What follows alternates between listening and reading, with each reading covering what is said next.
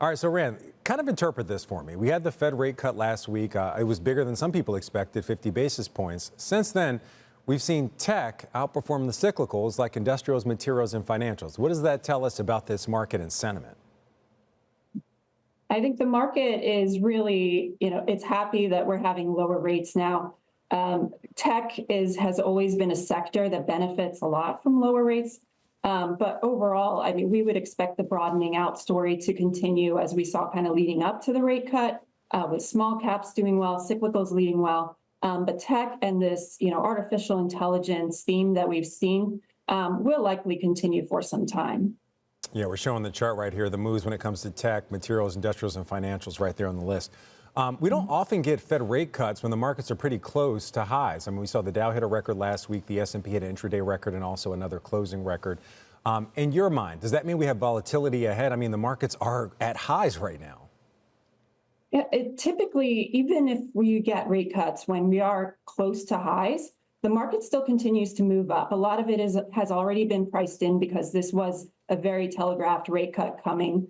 Starting with 50, I think with the economy still being strong and it being more of a preventive measure rather than really waiting for the economy to show real softness, has been a positive. And we should continue to see strength in the economy, and that will continue to be supportive of the markets. And it could also, with rates coming down, we'll see more pickup, hopefully, in consumer confidence, which could lead to more spending and also be supportive of the economy and the markets as we move forward.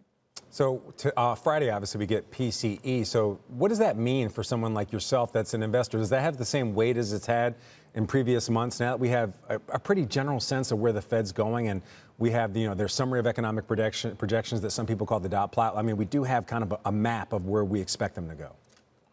Right. And PCE is important. That is what the Fed typically uses is in its decision-making process on the inflation side. But the focus has shifted more towards the employment picture now. And barring any kind of really unusual number that's very unexpected, we should just continue to move forward. As you said, the dot plot has been kind of put out there, and we would expect rate cuts to continue as we move forward. So, RaeAnn, I want to get some of your research, some of the things that you're watching. So these are three areas you're watching since July the 10th. You're looking at the small caps, value, and growth. You're noting the outperformance of small caps and value since July the 10th. I want to ask, what are you seeing there? What's meaningful when it comes to those stock moves since July the 10th? Because a lot of that action is before the Fed rate cut. Right. And those expectations had been largely priced in, but we do expect the trend probably to continue as we move forward. So leading up to this, of course, we had real strong outperformance by mega cap tech. But since July 10th, there's about a 10% difference between growth and value indexes, with growth actually down slightly, and value up almost 8%, small caps up about 10%. With rates coming down, small caps especially do stand poised to benefit the most, with more debt on their balance sheets and almost half that debt really being floating rate versus only about 10% when you look at large cap companies. So that broadening out, now that we don't need those, there's less concern about the economy.